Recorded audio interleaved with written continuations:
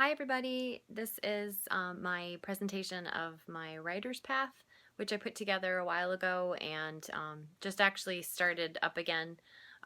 So I just wanted to go over a couple of things on it with you and get it a little bit more organized so that it makes sense for what I'm trying to accomplish.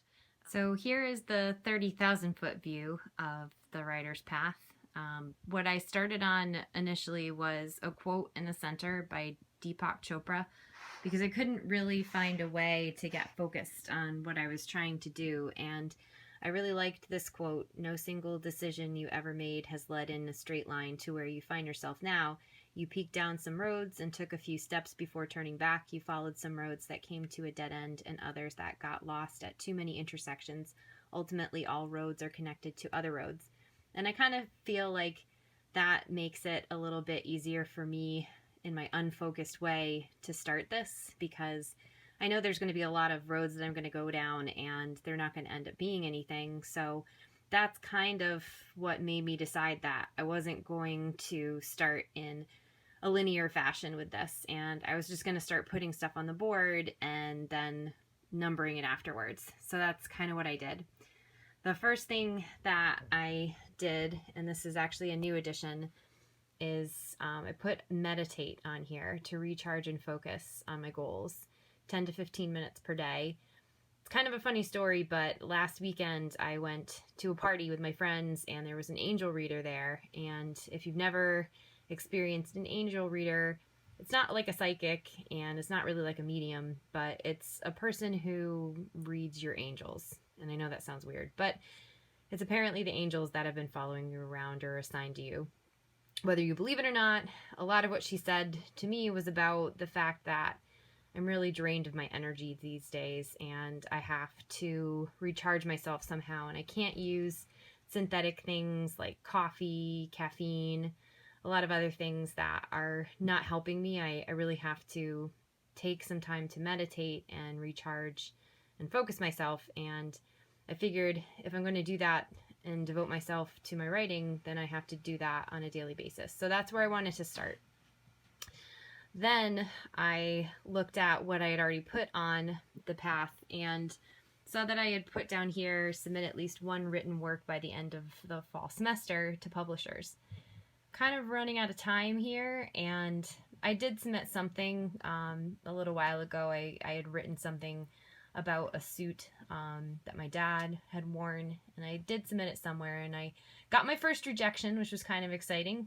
So I guess I did actually accomplish that, but I don't know if I gave it my best effort. So I think I actually have to go through the full process and start with a query and start reaching out legitimately instead of just entering contests and other things that kind of come up. So I think that's the next thing that I have to do on my journey.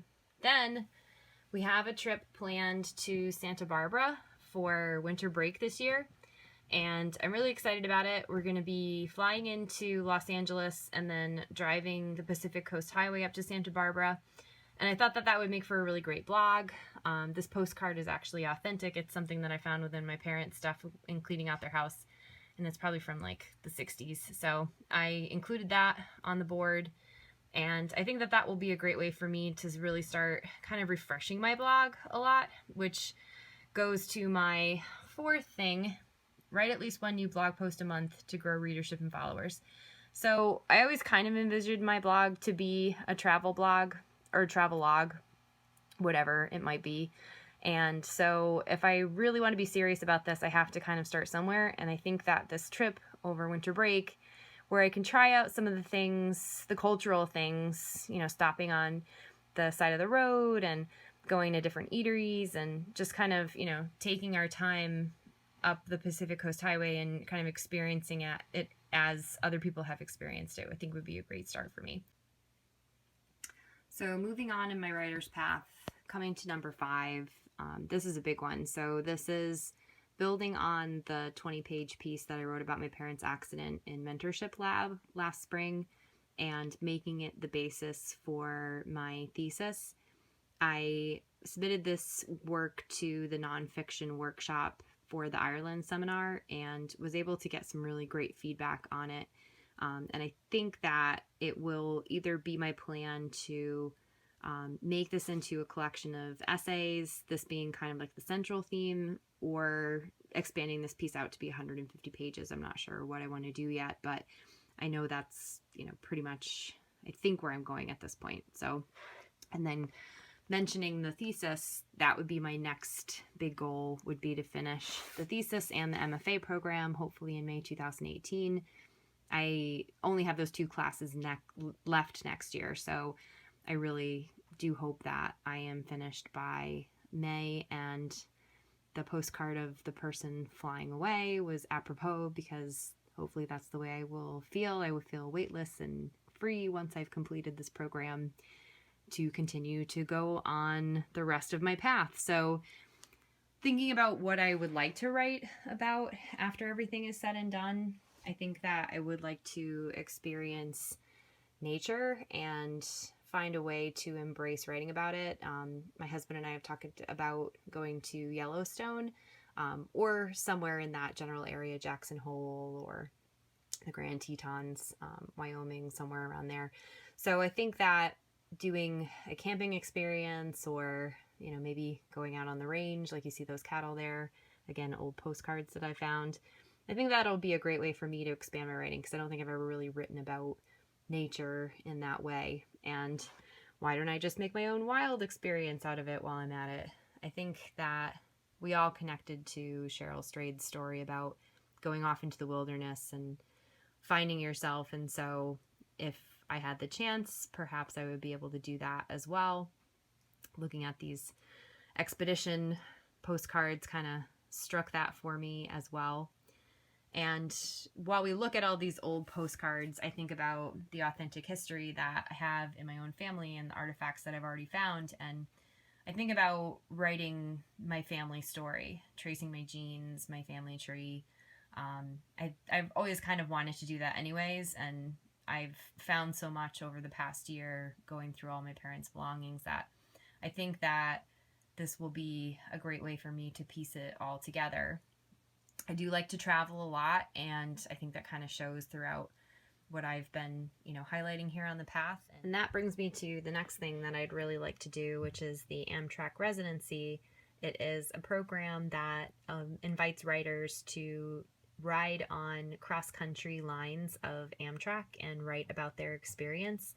So it's a partnership between Amtrak and these writers, and it produces some really great work and gives people a sense of what traveling across the country is really like, and what it used to be like when train ridership was much more than it is today. And so I would love to apply for and be accepted to this program, because I've always wanted to ride on a sleeper car train, and I think it would just be a really great solitary experience for me, continuing on the wild theme. And then going on to more travel. This is the last big thing. We've been talking for a while about going on a trip to Italy, and I would love to experience another culture and to be able to write about it. And I think I got a little bit of a taste of that with Ireland, but I think I would like to go further into it. These again are postcards that my sister sent me when she was actually studying abroad in Italy, and I would like to have that same experience at some point. So that is it for the writer's path. This is something that obviously I know will change probably over time, but I think I have a good start here, and thank you for sharing it with me.